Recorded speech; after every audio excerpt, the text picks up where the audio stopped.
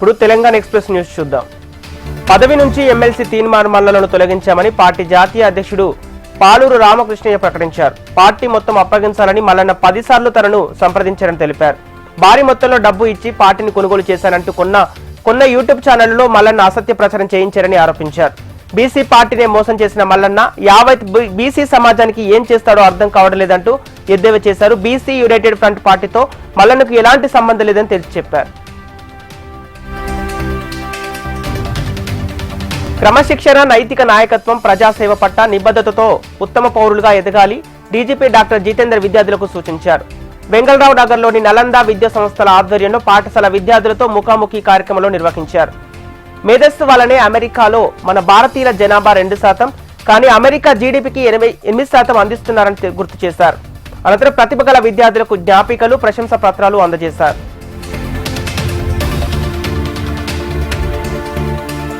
మేడ్చల్లోని క్రిస్టాపూర్లో పోలీసులు cordon search నిర్వహించారు. ఈ ప్రాంతంలో ఇతర రాష్ట్రాల వారు ఉండటంతో తరచూ ఫిర్యాదు రావడం వల్ల సుమారు 300 ఇళ్లలో తనిఖీలు చేశామని మేడ్చల్ డీసీపీ కోటిరెడ్డి తెలిపారు.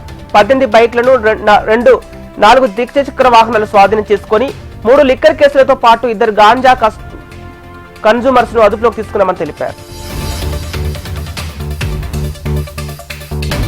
గద్వాల జిల్లాలో ఎస్ఐ, వ్యవసాయ అధికారులు, రెవెన్యూ అధికారులు, పంచాయతీ సెక్రటరీతో కలిసి తనిఖీలు నిర్వహించారు.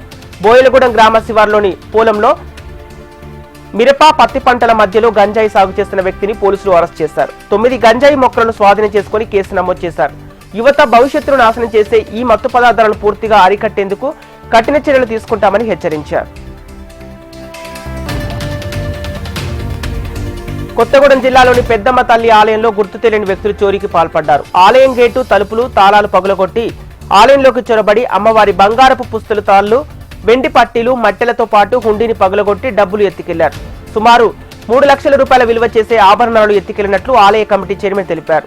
సమాచారం అందుకున్న ఎస్ఐ సంఘటనా స్థలానికి వెళ్లి కేసు నమోదు చేసి విచారణ చేపట్టారు.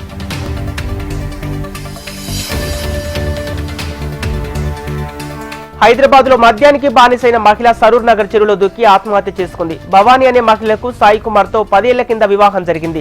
భార్యాభర్తల మధ్య తరచూ గొడవలు అవుతుండటంతో సాయి కుమార్ 2 రోజుల కింద కౌన్సిలింగ్ కొరకు సైదాబాద్ లోని మహిళా పోలీస్ స్టేషన్ కు ఆశ్రయించారు.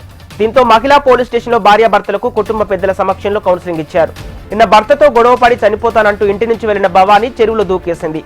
స్థానికుల సమాచారంతో పోలీసులు, హైడ్రా సిబ్బంది, అగ్నిమాపక అధికారులు మృతదేహం కోసం గాలింపు చర్యలు చేపట్టారు.